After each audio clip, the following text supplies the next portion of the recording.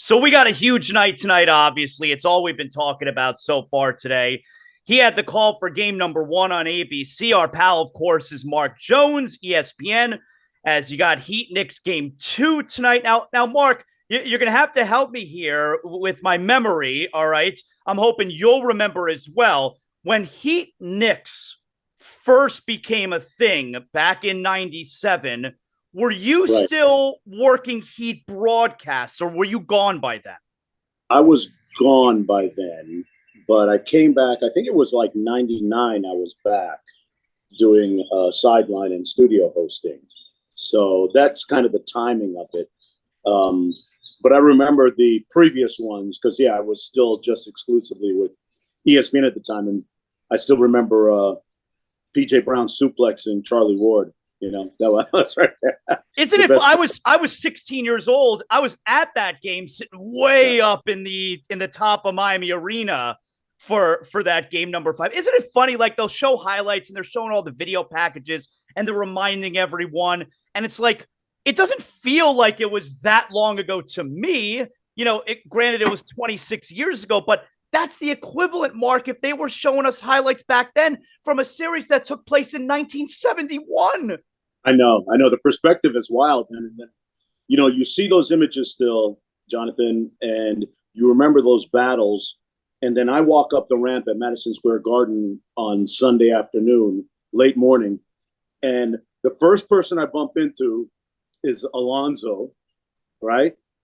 The second person I bump into is Pat, who's a couple steps behind him. I turn the corner to go into our green room in ESPN, and who's standing outside there talking to somebody? Allen Houston. I'm like, holy cow, preordained. It was meant to be. But some of the real great series of basketball. And man, when you see the video of those series, every possession was literally life or death. And, for a minute there in the second half of game one, it kind of felt that way too. Tell me about the atmosphere these days at the Garden. Like the Knicks are a good team again. It's been a long Yeah. while since they've been a good team. Tell me about the atmosphere game one. It was crazy. Like Madison Square Garden, when the Knicks are jumping, there's such a unique basketball experience there. At the corner of 33rd and 7th, walking to the arena from the hotel, guys going crazy. There's Knicks chants. There's guys playing, the band's playing Knicks songs, and guys are selling merch. And then you walk inside, and Spike is there. John McEnroe's there. Chris Rock is sitting 2 seats over from me. I mean, nothing turns out the stars like a winning Knicks team. And the fact that, when you're in New York, the thing I love about their crowd, they're perfect. I grudgingly give them respect, right? They're perfect when it comes to knowing when to cheer, knowing when to get the team going. You hear guys calling out plays, calling out for the coach to sub a certain guy in. There's a certain like basketball nuance about the crowd there that is like really elite, and it's all happening in the blink of an instant in New York with a lot of volume. So you gotta love being at games as a spectator at MSG or even being a broadcaster in my chair calling the games. It's really special. What do you now? We don't know right now Jimmy's status for tonight. I don't think we'll know until probably shortly before tip off tonight. He's listed as questionable, as are Jalen Brunson, who I fully expect to play, and as is Julius Randle, who's certainly a question mark as well. Do you think the Heat winning game one and game three not being until Saturday, do you think the team considers that at all when it comes to Jimmy's status tonight? I think they do. I think if you're trying to play the long game about this and look at winning the series as opposed to just a singular battle, it would be the crude move to make. But knowing Jimmy, I have a weird feeling, a strange feeling that he's going to play tonight, and his will is so strong. His resolve is so steely that it's going to be hard to keep him off the court, even if Dr. Harlan Selznick or the athletic training staff says, "Hey, you're better off sitting this one out." Or he could look at it and say, "Listen, I'll give you 28 minutes, and if you match me out at 28, we'll live with that, and then I'll take my 3 days to rest and get ready for Sunday afternoon here in South Florida. I know a lot of people talk about, it's a number 8 seed, but this is not a normal number 8 seed. Like, number one, they're actually a 7 seed. They lost the first play-in and then they won the next one. So they're actually not an 8 seed. But in general, like, this Miami Heat team, it's virtually the same team as last year. They're not your regular 8 seed. Right. I would agree with that. And especially, even though they're shorthanded without Hero and Oladipo, they lose a lot of Hero scoring, who had, if you look at his regular season numbers against the Knicks, were really good. But 8 seed, sure. 7 seed, whatever you want to call it.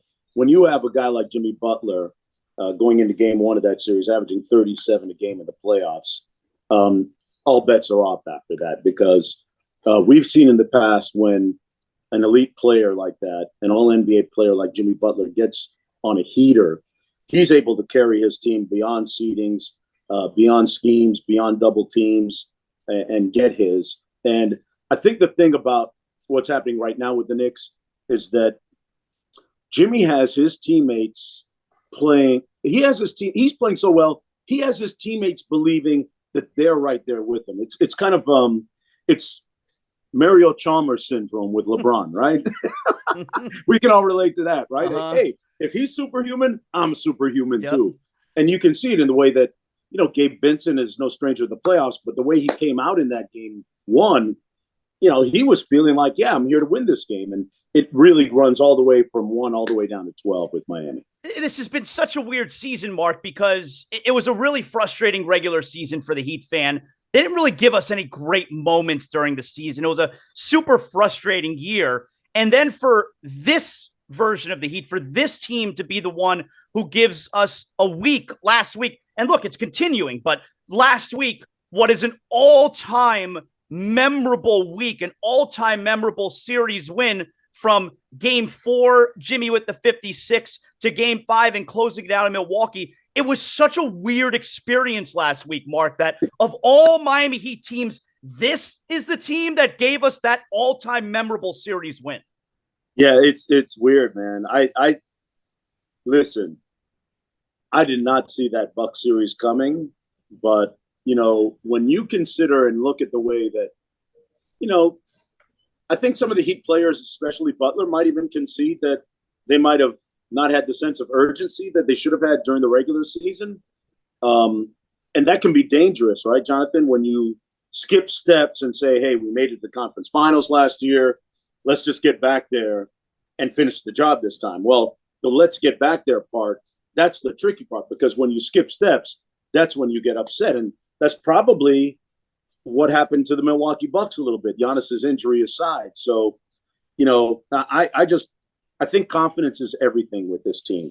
And when they're playing with the type of confidence that they are with Jimmy, with Bam, Kevin Love was, I thought, extremely impressive low-key in game 1 as well. I heard a great story about Jimmy that one of the coaches told me going into game 4, I think it was, of the Bucks series, and some of his teammates were right there and heard it.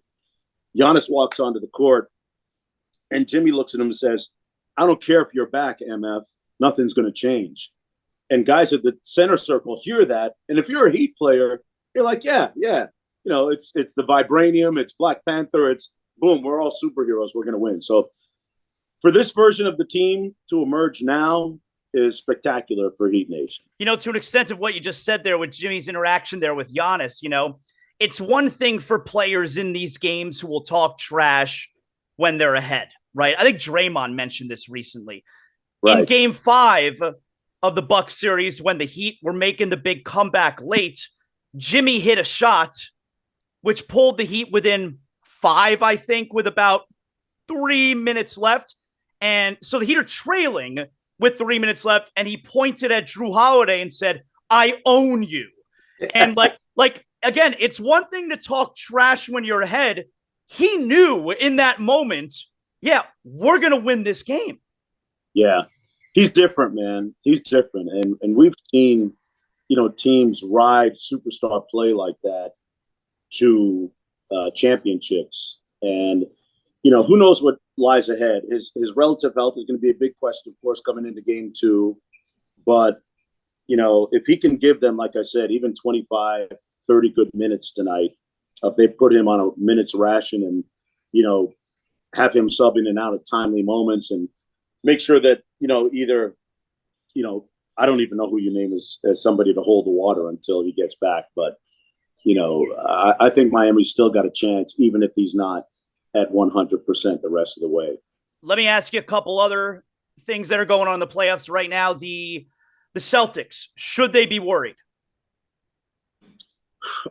I'm puzzled by their lack of urgency, frankly. And I just mentioned a moment ago, Jonathan, teams who skip steps, they're probably thinking, I've heard Jason Tatum say many times this year in doing Celtics games, yeah, we want to get back and finish the job this year. That we just want to get back part. That's the tricky part. And right now they may be caught looking ahead. I think they got caught looking ahead last night. And Philadelphia rolls in without Embiid and beats them. I think Boston, they have an over-reliance on three-pointers sometimes. And if their threes aren't falling, they can get into trouble. And, there are moments where, despite the fact that he's an all-NBA player, I think Jaylen Brown's decision-making becomes a little bit suspect. When he puts it on the floor, he's gotten better. He's improved in that aspect. But overall, yeah, I think they need to be worried because, James Harden has had an epiphany now. He had his 40-piece last night, 45, whatever he ended up with. The knock on him was always he doesn't come up big in the postseason. That's gone now. He's had his breakthrough, and they've already got home court advantage now by stealing it last night. If they rest Embiid in game 2, it's still found money going back to Philadelphia. So the long answer is that. The short answer is, yeah, I think Boston does need to be very, very concerned right now. I know we don't know about Chris Paul, but I think the Suns have a big problem right now. Yeah, they've been weird in the first 2 games. I was disappointed in their play. I thought in game 1 they passed up a lot of opportunity to kind of exploit Denver defensively. Denver is not a great defensive team. They're in the lower third of defensive rating. And they finished better than what their overall number is. But it's really what's worked against Denver in the past. The dirty secret is that, Joker is one of the worst centers ever to win MVP. And if you spam pick and roll basketball and he's playing in the drop, then Chris Paul is shooting 15-foot elbow jumpers when he snakes the screen. They didn't show much of that. And they started to do that in the third quarter last night. And then he hurt his groin. So, that's one concern, that they haven't taken advantage of areas where there should be, I think. And then secondly, Kevin Durant isn't shooting as much as he needs to for me. I don't care if he misses his first 8-10 shots. He needs to have the ball in his hands and shoot more. And I don't think that they've worked out, Jonathan, the balance of shot distribution between Booker, KD, and CP3 and the rest of the guys. And it's showing up at the worst possible time. Finally here, Mark, your season with the Kings, I mean, obviously it didn't end the way Kings fans want it and the organization wanted, but pretty awesome season, right? Fantastic year. And it shows to me, Jonathan, that coaching in this league matters. Like, I watched Mike Brown this year, 82 games and into the playoffs, change the culture of that franchise and the culture of the team in real time. Like, I'm talking about calling a timeout when the Kings fell down 6-0 in games to start the first quarter. 30 seconds into the game, he's calling a timeout and taking aside De'Aaron Fox and saying, hey, you should be here with your chest, not over there with your arms or your hands. And correcting Terrence Davis and correcting Sabonis and teaching in real time. And it added up to their 48-win season, a huge improvement and a number 3 seed. Coaching De'Aaron Fox hard, coaching Sabonis hard, literally speaking the playoffs into existence from day one. During practices, I'm in their practices, and he's blowing the whistle saying, guys, when we're in the playoffs, we can't do it like that or else we'll get beat. And he was doing this, Jonathan, in November, in October. So he spoke it into existence and it happened. And that for me was the most rewarding part, to see a great guy, a great coach, become coach of the year, De'Aaron Fox, the clutch player of the year, Sabonis lead the league in rebounding, 2 All-Stars. It was a great year in Sacramento, and it's made things very interesting in the Western Conference moving forward. Where does Light the Beam come from? 6 1,000-watt lasers out of the top of the Golden One Center. Vivek Ranadive had a vision that they need to start celebrating wins in Sacramento and change the culture, and that's part of it. It's really symbolic, Jonathan, of the resurrection of the franchise, right? After almost 17 years of not making it, after every win, they light the beam, and it stays on until midnight. They had to get FAA clearance because of airports. They say that the beam goes farther than the eye can see, and it's wild, man. Like, people after a Kings win will pull over if you're driving out of town or into Sacramento. They'll pull over on the side of the highway and stare at the beam at nighttime. It's really cool, and it's an idea now that has kind of become part of the culture change. It is cool. You're in Philly. You got the games this weekend. You're in Philly this weekend? Yeah, this weekend, Friday and Sunday, games 3 and 4, Boston and Philadelphia. It's going to be a real pivotal time for both those teams. And like we talked about, I mean, if Boston slips up again, they're really in trouble. But even without slipping up, if they even at a 1-1, it's still going to be a great series. Joel Embiid's probably going to get his MVP trophy on Friday night. Pre-game, looking forward to being there and part of it. I think he is the MVP this year. And the Philadelphia 76ers have a great chance to throw a wrench into the Sixers, the Celtics' plans this year. Great job, Mark. Always appreciate you joining us. Thank you. Have fun the rest of the playoffs. All right, man. Appreciate you, Jonathan. Keep up the great work, man. You do a fantastic job.